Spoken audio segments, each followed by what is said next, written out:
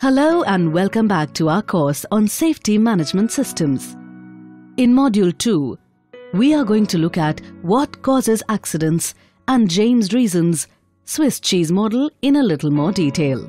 Can you tell us why this is called the Swiss cheese model, Professor? Of course, Professor. This is what a block of Swiss cheese looks like. As we can see, it is full of holes. However, we cannot look through it because the holes are random and not perfectly aligned. However, if we slice the cheese and keep moving the slices, there will be a moment when the holes will be perfectly aligned and you can look through it. The question that must be in your minds now is, what does Swiss cheese have to do with organizational safety? Well, Professor James Reason identified 5 organizational factors that act as layers of defense against accidents and likened it to slices of Swiss cheese. They are decision makers, line management, preconditions, unsafe acts, additional defenses. When all these layers of defense are breached, an accident occurs. Let us now look at each of these layers in a little more detail in the context of the aviation industry. Decision makers refers to policy and procedures. The first line of defense is designing the correct safety guidelines to ensure that there are no system failures. The policy makers in the aviation industry are the CEOs and management, who are responsible for ensuring that the safety policies are followed within their organization. The second layer of defense is line management, which refers to those who are responsible for actually implementing the policy. What happens in case the policymakers, who are not the actual hands-on people on the job, define a policy that cannot be implemented practically? Good question, Professor. The first point to note here is that when a decision maker defines policy that cannot be implemented, it is a failure of policy and the first layer of defense has been breached. In such a case, it is the duty of the people responsible for implementation of policy to inform the senior management that the policy cannot be safely applied. However, failure to do this would result in a breach of the second layer of defense. The third layer is preconditions and refers to latent conditions that are not in our control, like, for example, the weather, political climate, migration of birds in the winter. Professor, if latent conditions are not in our control, how do we make it a layer of defense? Good question, Professor. The answer is that policy is supposed to provide protection against these preconditions by anticipating the potential problems. For example, bad weather is a precondition but not a threat in itself. However, during rain or snow, the people involved in ground operations may be in a hurry to finish their jobs and get into the warm and dry interior. The fourth layer is unsafe acts, which understands that all human beings commit unsafe acts, either knowingly as violations or unknowingly as errors. But, Professor, that was a human error. So how could this accident have been prevented? Well, Professor, this is the job of the last line of defense, which involves improvement in technology, additional training and additional regulations. In this case, it has been anticipated that human beings forget, especially when the preconditions exists.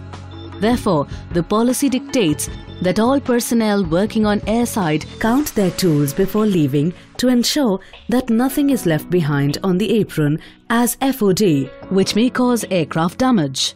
The fifth layer is additional defenses, also called the last line of defense. What this simply means is an awareness that the first 4 layers might fail, and we therefore need to have additional defenses. When the last line of defense is breached, there will be an accident.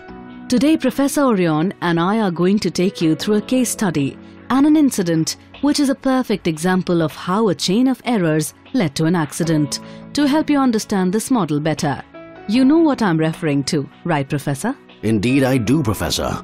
Well, what we are going to do is use the crash of Air Ontario Flight 1363, an accident in which 24 out of the 69 people on board lost their lives, and which set off the biggest ever investigation into aviation safety.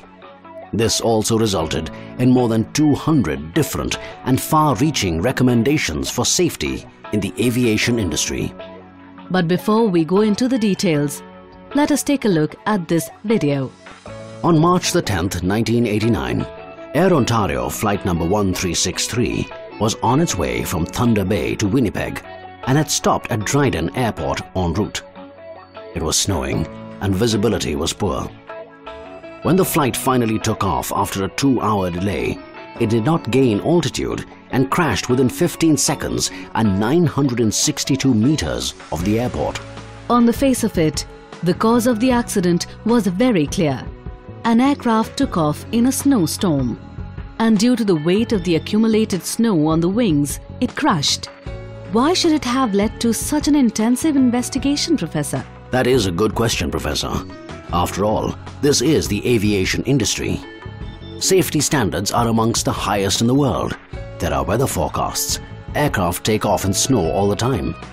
There is de-icing equipment available, and there are regulations and policies governing flight of aircraft in bad weather. We also know, Professor, that the pilot had over 20 years of experience and he had a good safety and on-time record. So how did he make such a fatal error of judgment? Was there some technical problem that led to the crash, Professor?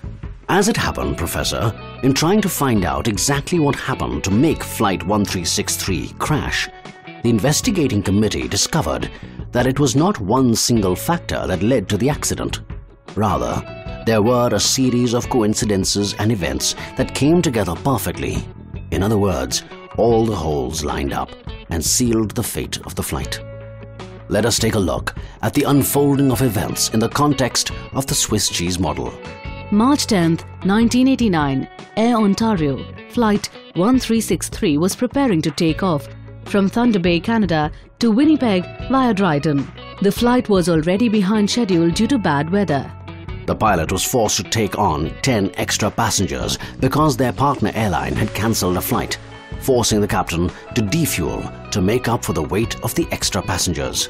The aircraft had a malfunctioning auxiliary power unit but was still allowed to fly. At Dryden Airport, the pilot now had to refuel because he did not have enough fuel to take him to Winnipeg. However, he was not able to switch off his engine because Dryden Airport did not have the ground support to start the engine and his APU was non-functional.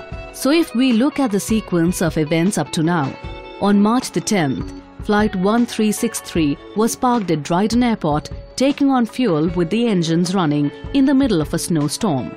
But this was still not the cause of the accident. What happened at this time was that the airline policy clearly stated that de-icing could not be carried out while passengers were on board due to issues of the fumes getting into the passenger cabin and causing discomfort. But offloading the passengers, de-icing and then again taking them would result in a delay. The flight was already running behind schedule and the pilot, crew and passengers were in a hurry to get home. No one wanted to be the person to delay the flight further. As a result, although several passengers and crew remarked on the build-up of snow on the wings, no one informed the captain. Probably, even at this stage, things might have worked out okay. However, after Flight 1363 had started taxiing, the pilot was forced to hold short of the runway to allow a small Cessna that was in trouble in the snowstorm to land first. This meant a further delay and more snow accumulating on the wings. The pilot probably assumed that when he started takeoff, the snow would get blown off the wings. However, the aircraft he was flying was new to the fleet and there was insufficient information and training on it. He had forgotten a very important factor known as cold soaking, which meant that when an aircraft had been subject to extreme cold for a duration of time, the wings become so cold that any form of precipitation turns to ice on the wings, making them heavy. As a result, when the flight finally took off 2 hours behind schedule, the weight of ice on the wings did not allow it to fly, and despite the pilot's best efforts, it crashed. So we see, Professor, that although the crash seemed like a clear case of pilot error, it was actually a combination of factors. The snowstorm and unexpected delay of aircraft, lack of clear direction and policy about flying the F-28 in such conditions, allowing an aircraft with a non-functioning APU to proceed to an airport where ground support was unavailable, the human desire for everyone to get home fast, lack of communication between flight attendants and flight crew, unfamiliarity with how the aircraft would behave in a snowstorm, corporate pressure to fly the aircraft against the captain's better judgment. In this case, the absence of any clear direction and subject to corporate pressure, the pilot committed an unsafe act by opting to fly the aircraft. With that, we end our module on accident causation. Let's take a break and come back with our next module on the organizational accident.